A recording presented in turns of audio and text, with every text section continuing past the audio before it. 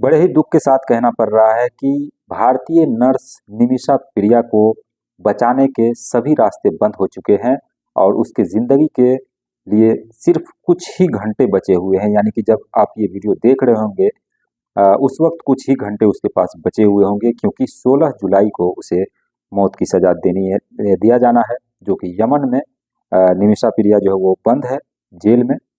और यमन में ही उसी के मुताबिक वहाँ पर उसको मौत की सज़ा दी जाएगी। आपको बता दें, निमिषा प्रिया 2011 में नर्स के तौर पर काम करने के लिए यमन गई थी और बाद में तलाल मेहदी नाम के एक शख्स के साथ मिलकर के उसने एक क्लिनिक खोला।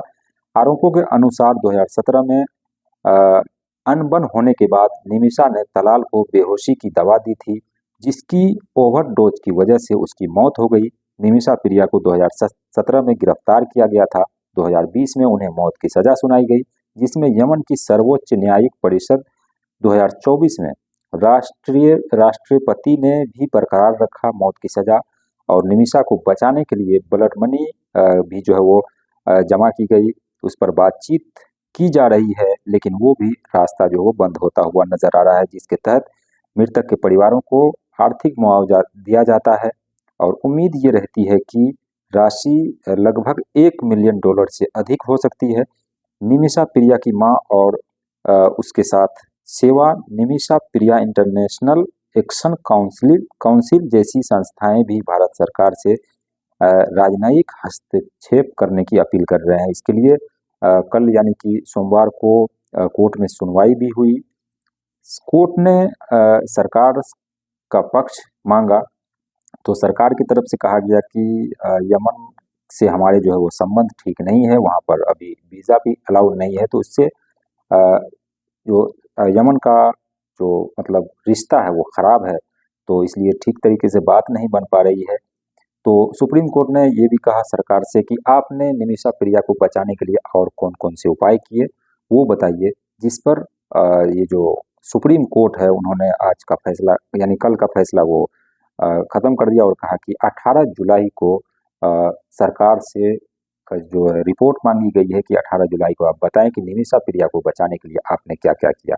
अब ज़रा सोचिए कि 18 जुलाई को जब सुनवाई होगी, उससे पहले निमिषा प्रिया को यमन में जो है वो फांसी की सजा दे दी जा चुकी होगी। यानी कि फांसी के 2 दिन के बाद सुप्रीम कोर्ट सरकार से जो है वो रिपोर्ट मांगेगी कि आपने बचाने के लिए क्या-क्या उपाय किए।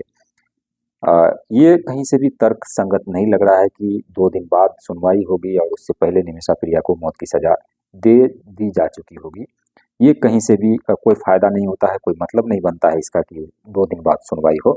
तो यूँ समझिए कि अब निमिषा प्रिया की मौत जो है वो पक्की है और कल यानी कि 16 जुलाई को उसे मौत की सज़ा दे दी जाएगी, ऐसा लगता है। बस आखिरी जो रास्ता बचा हुआ है वो यही है कि मृतक के परिवारों से मिल करके और उसे ब्लड मनी, जिसे कि एक मुआवजा कहते हैं, तो मुआवजे के तौर पर उसे $1 मिलियन यानी कि $10 लाख जो है वो उसके परिवार को देने की बात भी जो कही जा रही है। अगर वो उस पे तैयार हो जाता है, आखिरी वक्त तक, एंड तक अगर वो तैयार हो जाता है, तो फांसी को टाला जा सकता है। तो ये आखिरी रास्ता बचा हुआ है। अब देखिए क्या होता है।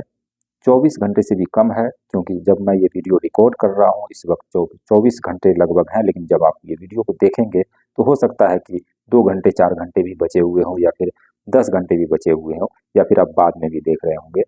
तो यही है कि अब निमिषा प्रिया को बचाने के सभी रास्ते जो हो बंद हो चुके हैं। मैं उम्मीद करता हूँ कि कुछ न कुछ रास्ता निकल जाए और ब्लड मनी के ज़रिए इसकी जान कम से कम बच जाए, बख्श दी जाए। तो ये अब उसी के ऊपर निर्भर करेगा, मृतक के परिवार अगर मान जाते हैं तभी ये कुछ हो पाएगा।